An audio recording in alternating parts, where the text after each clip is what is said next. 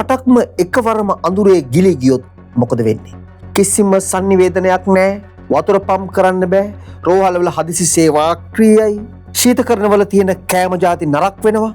මෙන්න මේ අතිශය භයානක සහ ඛේදජනක තත්වයට කැරිබියන් දූපත් රාජ්‍යයක් වන කියුබාව නැවත වතාවක් මුහුණ දීලා තියෙනවා. ඊ රාත්‍රියේ කියුබාවේ මුළු ජාතික විදුලි බල පද්ධතියම එකවරම අක්‍රිය වීමත් එක්ක කෝටි 1කට ආසන්න සමස්ත ජනගහනයම දැඩි අඳුරකට ඇද වැටුණා. ලෝක පුවත් වෙබ් අඩවි කියන්නේ මේ වසරේ කියුබාවට මුහුණ දීමට සිදු අතිශය බරපතලම විදුලි බිඳ වැටීම මේක කියලා. ඇයි කියුබාවට මෙහෙම වුණේ? මෙතන තියෙන්නේ තාක්ෂණික දෝෂයක් විතරද? නැහැනම් ලෝක බලවතුන්ගේ භූ දේශපාලනික සූදුවක්ද? අද වීඩියෝවෙන් අපි ඒ ගැන කතා කරමු.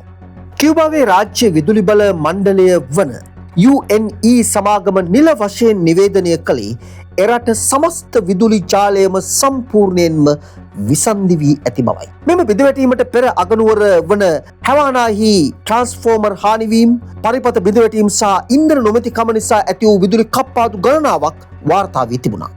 නමුත් ඉරිදා රාත්‍රියේ සිදු වූ මේ හදිසි බිඳවැටීමත් එක්ක මුළු රටේම විදුලිය විසන්ධි වී ගියා. මේ වන විට රෝහල්, ජල සැපයුම් මධ්‍යස්ථාන, සාත්‍යවශ්‍ය සේවා පවත්වාගෙන යාම සඳහා කුඩා පරිමාණයේ හදිසි ජෙනරේටර් ජාල ක්‍රියාත්මක කිරීමට බලධාරීන් උත්සාහ කරමින් සිටියත් සමස්ත පද්ධතියම යථා තත්ත්වයට පත් කිරීමට දින කිහිපයක් ගත වුණු ඇති බවට අනුමාන කරනවා.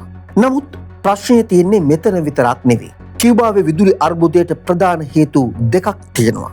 පළමුවෙන් කියුබාවේ තියෙන බොහෝ තාප විදුලි බලාගාර අවුරුදු 30-40කට වඩා පැරණි සෝවියට් යුගයේ නිපදූ ඒවා. කිසි නඩත්තුවක් හෝ අමතර කොටස් නොමැතිකම නිසා මේවා නිතරම අක්‍රිය වෙනවා. දෙවැන්න සහ වඩාත්ම තීරණාත්මක හේතුව ඇමරිකා එක්සත් ජනපදය විසින් කියුබාවට එරෙහිව පනවා ඇති දැඩි ඉන්ධන තහනම.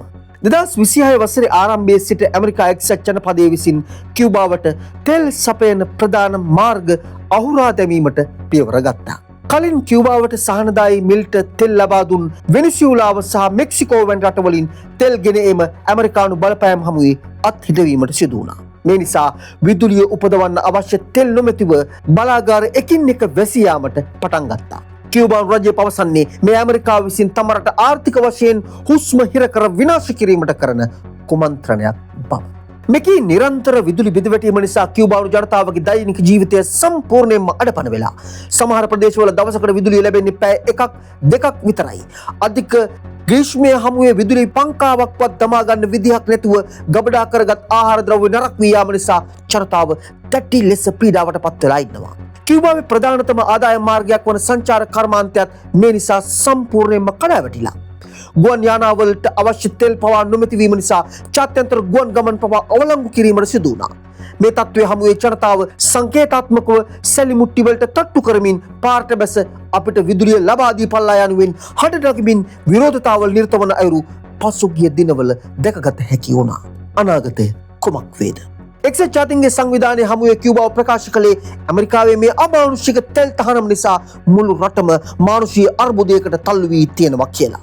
නමුත් ඇමරිකානු පාලනාධිකාරිය පවසන්නේ කියුබාන් රජයේ වැරදි කළමනාකරණය සහ කොමියුනිස්ට් පාලනයේ අසාර්ථකත්වය මෙයට වගකිව යුතු බව.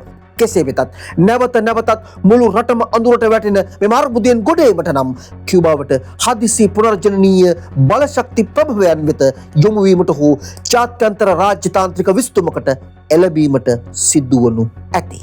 තෙල් සහ බලශක්තිය කියන්නේ වර්තමාන ලෝකයේ රටක කොඳු නාරටය.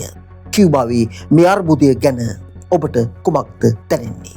තනි රටේ සමාජවාදය සිහිනයක් පමණයි කියලා මාක්ස්වාදී දේශපාලන දාර්ශනිකයන්ගේ නායකයෝ වුණු මාක්ස් ලෙනින්ලා කිව්වා වගේම ලෝකයේම කොමියුනිසම් නැහනම් හිතන විදියෙන් ජීවන විලාසයෙන් එකක් බවට පත් නොවී තනි රටවල් වල එවැනි උත්සාහයන් කියුබාව ලෙසම අසාර්ථක වෙන මංමාවත්. නැහනම් කියුබාව උත්සාහ කරන ආකාරයට ලෝක එකක් බවට පත්වීමට ලෝකයට කවදා කාලයක් උදා වේද? එහෙමත් නැහනම් එය කිසිදා යථාර්ථයක් නොවන සේන පමණමද? ඉතින් තවත් මේ වගේ කතා බහකින් නැවත හමු වෙනකම් ඔබට ජය සහ ආදරය.